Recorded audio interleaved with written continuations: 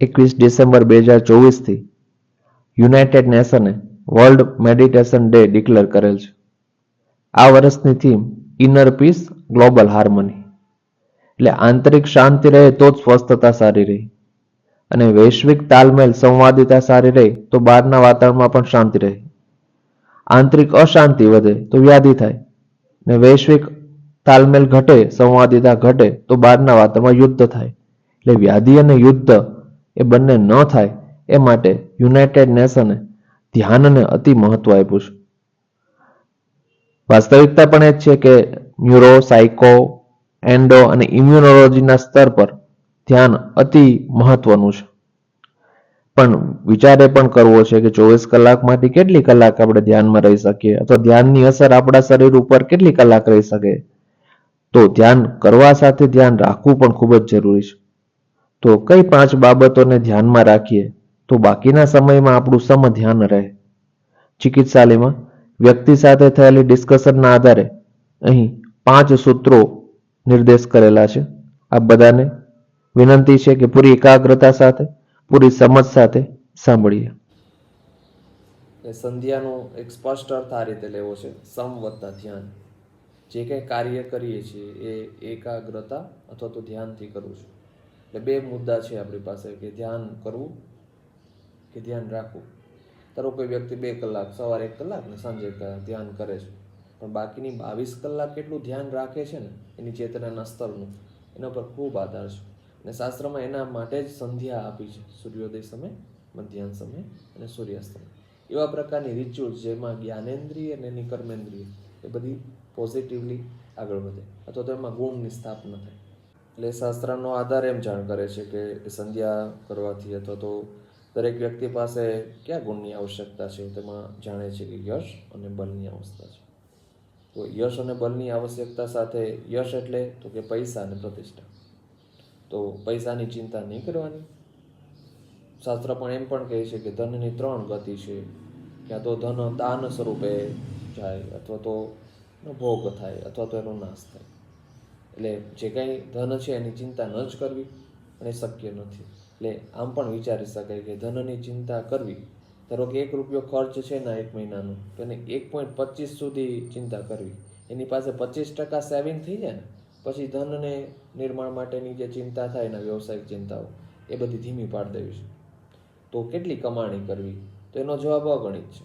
એની ચિંતા નથી. એમ જાણ નથી કરતું કે સત્યના માર્ગે જો એને ધનની આવક થાય છે તો એ ચિંતાનો વિષય નથી. હજારો ગણી, લાખો ગણી રકમ એને મળવી જોઈએ, પણ પરિસ્થિતિ એ છે કે એ મળ્યા પછી એનો ખર્ચ કેટલો કરવો. કારણ કે ગતિ તો 3 જ આવવાની છે: કાં તો અતિશય ભોગ કરશે, અથવા તો નાશ કરશે. એનો નાશનો મિનિંગ એ થાય છે કે ખોટી રીતે વેડફાઈ જાય, પડી જાય, અથવા તો એની પાસે કોઈ વસ્તુ લીધી હોય તો એ તૂટી જાય અને ફરી એને લેવી પડે, અને ક્યાં તો એ કોઈને આપી દેશે, એના ભલા માટે દાન કરી દેશે. એટલે સિચ્યુએશનને એ રીતે વિચારવી છે કે જ્યારે એક ખર્ચ છે તો 1.25 સુધી ચિંતા કરવી, પછી ધનની ચિંતા ન કરવી. કારણ કે ધન છે ને હૃદય સાથે જોડાણ છે, અથવા તો સ્ત્રી તત્વ સાથે જોડાણ છે. એટલે સ્પષ્ટતા સાથે એમ જાણ કરી છે કે ધન, હૃદય અને સ્ત્રી. અમે નથી કહેતા દીકરી અથવા પુત્ર વધુ માટે કે ભાઈ અમારા ઘરની એ લક્ષ્મીજી છે. જો તહેવાર જે આપણને આવશે, દિવાળીનો તહેવાર, તો એ પણ એક અગ્નિ સ્વરૂપ અથવા તો જ્યોત સ્વરૂપની ભૂમિકા છે. એટલે કે નાભી અથવા તો હૃદયમાં જે ગુણની સ્થાપના છે, અંતર જ્યોતિની જે સ્થાપના છે, અથવા એમ કહેવાય છે ને કે હૃદયમાં જ આત્મા જ્યોત સ્વરૂપે સ્થાપિત છે.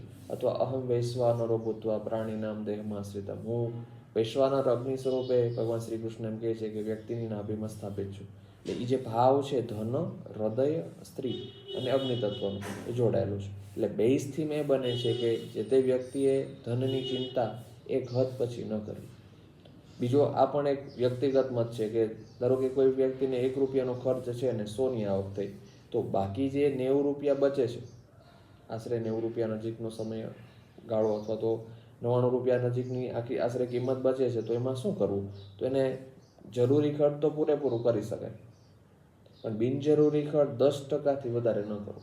એટલે 9 રૂપિયાથી વધારે એને બિનજરૂરી ખર્ચ ન ગણવો. એ બિનજરૂરી ખર્ચ ન કરવા માટે કઈ રીતે વિચારવું? તો એના માટેની રજૂઆત એ છે કે જે વસ્તુ ઓલરેડી એની પાસે છે પણ એને આઉટડેટેડ કરી દે છે અને પડી રહી છે, અને બીજી વસ્તુની ખરીદી કરે છે, તો એ બિનજરૂરીમાં આવશે.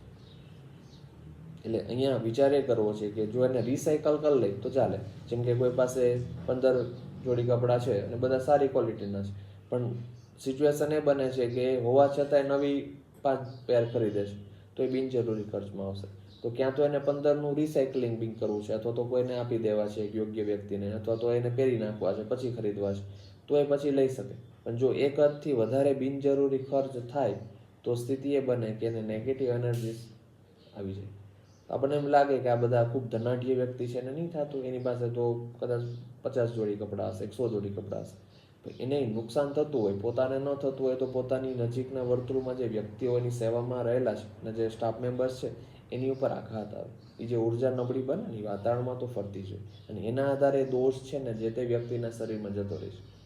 ઘણી બધી વાર નથી થતું કે આ બહુ સારા માલિક છે, એના આ સગા હતા અથવા તો એને અહીંયા કામ કરતા હતા ને, એને કેન્સર થઈ ગયું, બધો ખર્ચ એને ઉપાડી લીધો. પણ એકચ્યુઅલમાં આ વ્યક્તિગત કદાચ મત ગણાશે, પણ પરિસ્થિતિ એ બને છે એના લીધે જ થયું હોય. એ માલિકની જે નકારાત્મક ઉર્જા એના પરિસરમાં ફરે છે ને એને લીધે જ એ નેગેટિવિટી આવી છે. એટલે અહીંયા પરિસ્થિતિ એ રીતે વિચારવી છે કે જે તે વ્યક્તિએ ચિંતા એના ધનની, હૃદયની એ માટે કરવી છે કે એની પાસે હકારાત્મક ઉર્જા રહે.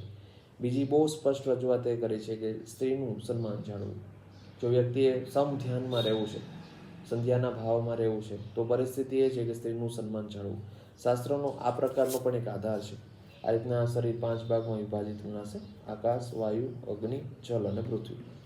પંચપ્રાણના દૃષ્ટિકોણમાં અને યોગિક ચક્રના દૃષ્ટિકોણમાં વિચારીએ તો આ મૂલાધાર, કરોડરજ્જુનો અંતિમ મણકો, નાભિથી 4 અંગ નીચે સ્વાદિષ્ટાન, નાભી મણિપુરની પરિસ્થિતિ, હૃદય છે એ અનાહત, ગળાનો ભાગ છે વિશુદ્ધિ, 2 આંખ વચ્ચેનો ભાગ આજ્ઞા અને તાળવાનો ભાગ એ સહસ્ત્રાની સ્થિતિ છે. એટલે જે પંચપ્રાણ આપેલા છે એમાં સહસ્ત્રાર અને આજ્ઞા એ પ્રાણ તત્વ અથવા તો પ્રાણવાયુ, વિશુદ્ધિ છે એ ઉદાનવાયુ, અનાહત વ્યાનવાયુ સાથેનું જોડાણ, મણિપુર સમાનવાયુ અને સ્વાદિષ્ટાન અને મૂલાધાર એ અપાનવાયુની સ્થિતિ છે. એટલે નાકથી નાભી સુધીનો જે શ્વાસ છે એને પ્રાણ કહીએ છીએ, અને નાભીથી લઈને આંતરડાના અંતિમ ભાગ સુધીનો જે વાયુ છે એને આપણે અપાન કહીએ છીએ.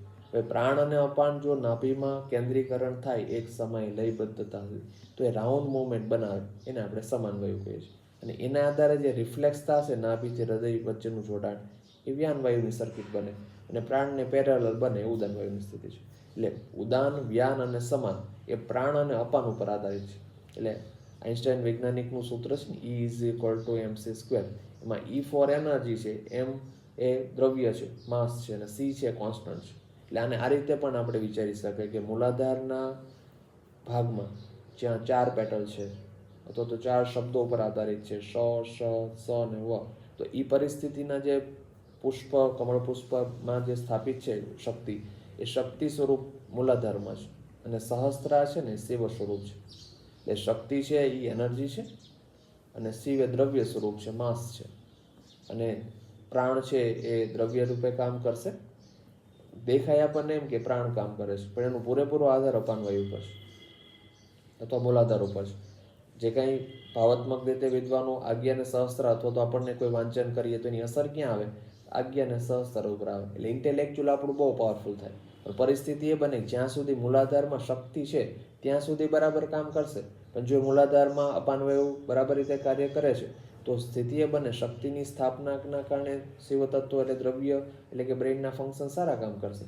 પણ જો અહીંયા શક્તિ હાનિ થઈ, અપાનવાયુ બગડો, અથવા મૂલાધાર ચક્ર એટલે કે બધા વ્યક્તિઓ સાથેના એકબીજાના જે વ્યવહાર થતા હોય સંબંધોના, ભાઈ વચ્ચેના, પિતા પુત્રના, માતા પુત્રના, અથવા પતિ પત્નીના, અથવા તો કાકા અને ભત્રીજાના, જેટલા પણ વ્યવહારો છે સમાજમાં, એ બધા વ્યવહારોનું એક ચેનલ અથવા તો એનું પરિણામ એ મૂલાધારમાં સ્થાપિત થાય.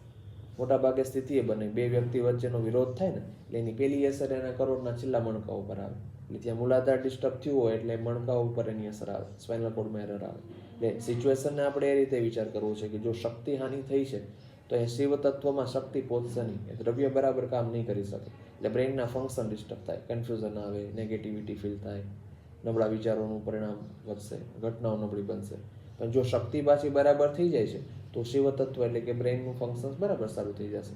હવે અહીંયા શક્તિ સ્થાપિત સારી રીતે રહે એ માટે શું કરવું જોઈએ? એક તો અપાન વાયુને સારી રીતે રાખવો છે. હવે અપાન વાયુ શ્રોણી સાથે જોડાયેલું છે, અથવા એમ કહી શકાય સ્ત્રી તત્વ સાથે જોડાયેલું છે.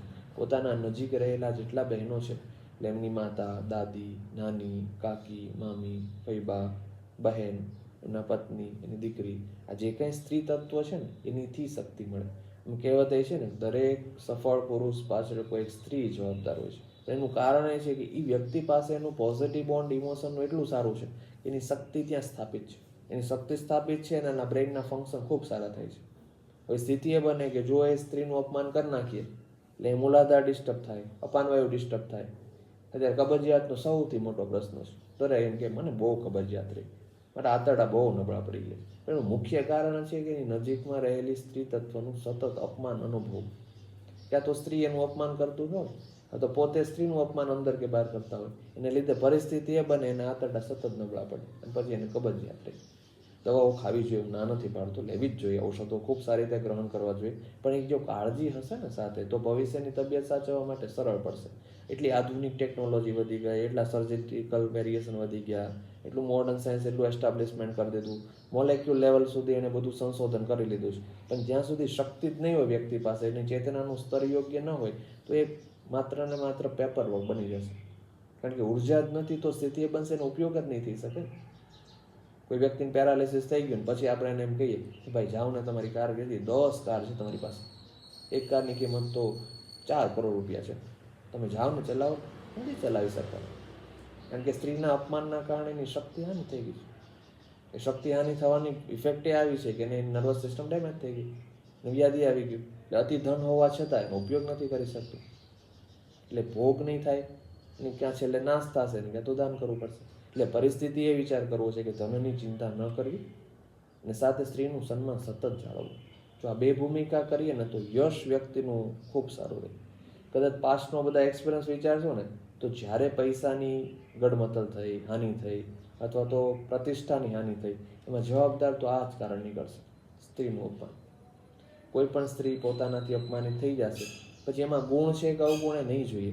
કારણ કે સ્ત્રી તત્વથી ઉર્જાનું સ્વરૂપ છે. એ ગુણવાળી છે કે અવગુણવાળી છે એવું નથી જોવાતું. એનું પોતાનું શરીર જ નિર્માણ અથવા તો સર્જની ભાવના માટે બનેલું છે. એટલે પરિસ્થિતિને એ રીતે વિચારવું કે શક્ય ત્યાં સુધી સ્ત્રીનું અપમાન ન થાય ધ્યાન રાખવું છે.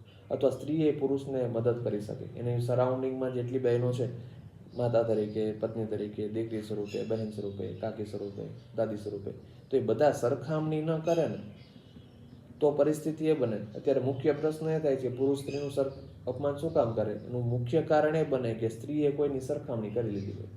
એટલે સરખામણીનો ભાવ એક હદથી વધે અને મોલેક્યુલ એ વાતાવરણમાં નેગેટિવ થાય એટલે પહેલા પુરુષ વ્યક્તિને એનું સન્માન જાળવવું જ હોય, પણ એ ઘટના જ બની જાય કે એનું અપમાન કરી નાખે.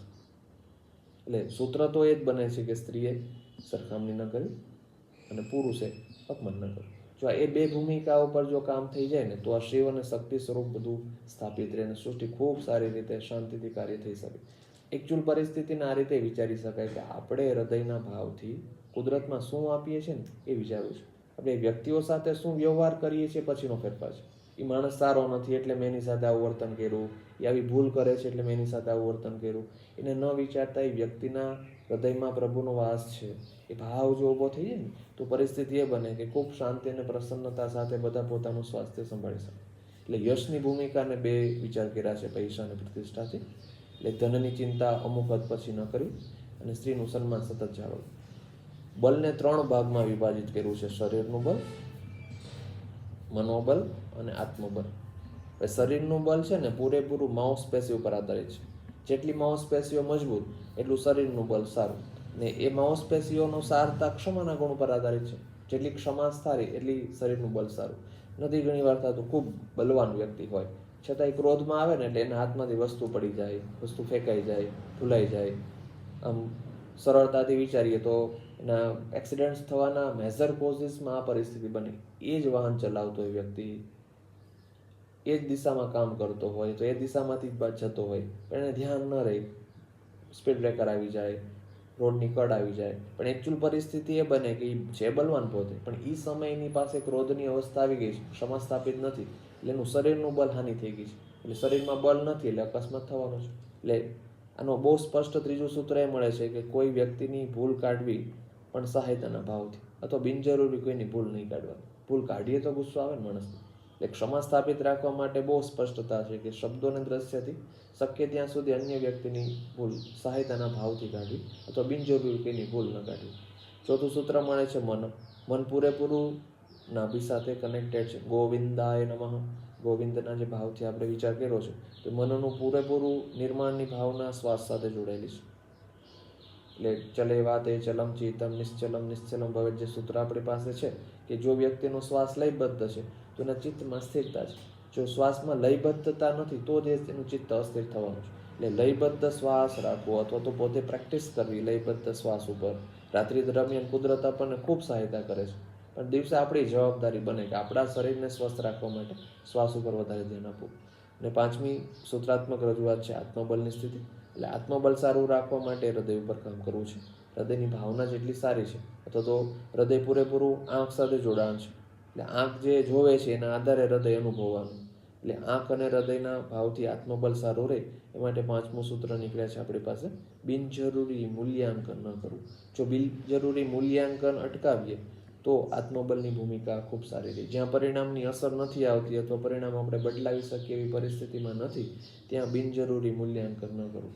એટલે જે આપણી પાસે એ જિજ્ઞાસુ વ્યક્તિએ મને પુસ્તિકા અર્પણ કરી છે, ખૂબ ભાવથી એમણે મને પૂછ્યું હતું જે તે એની પાસે કરી શકીએ, પણ એ સ્થિતિને પ્રાણના સ્થાપના સાથેના વિચારથી આગળ વધીએ તો એ જે પુસ્તકનો સારાંશ નીકળે છે એનો સારાંશ આ 5 મુદ્દા છે.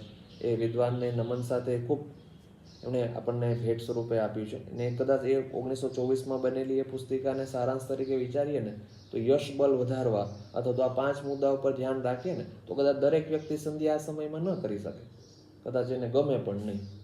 જલ તત્વને આશ્વાસિતના ભાવથી એને એના અવયવ ઉપર છંટકાવ કરીને ભાવ ઊભો કરવો અને જે રિચ્યુઅલ્સ બધી આપી છે પોતાના પ્રાણ તત્વને સ્થાપિત ચેતનાને સ્થાપિત કરવા માટે, કદાચ બધાને ન ગમે અથવા આજના સમયમાં એને અજુગતું લાગે કે આવું કરવાથી થોડું થાય. પણ જો આ 5 મુદ્દાને ધ્યાનમાં રાખીને જો વ્યક્તિ પોતાના તબિયત સાચવવા કામ કરે તો એ સમધ્યાનનું ફળ ખૂબ સારી રીતે મળી શકે. સારાંશ રૂપે ધનની ચિંતા ન કરવી, 25% સેવિંગ થાય પછી અટકાવવું છે, સ્ત્રીનું સતત સન્માન રાખવું છે, શક્ય ત્યાં સુધી બીજાની ભૂલ ન કાઢવી અથવા પોતાની ભૂલ બિનજરૂરી ન કાઢવી. ચોથું સૂત્ર લયબદ્ધ શ્વાસ ઉપર ધ્યાન આપવું છે અને પાંચમા સૂત્ર તરીકે બિનજરૂરી મૂલ્યાંકન ન કરવું.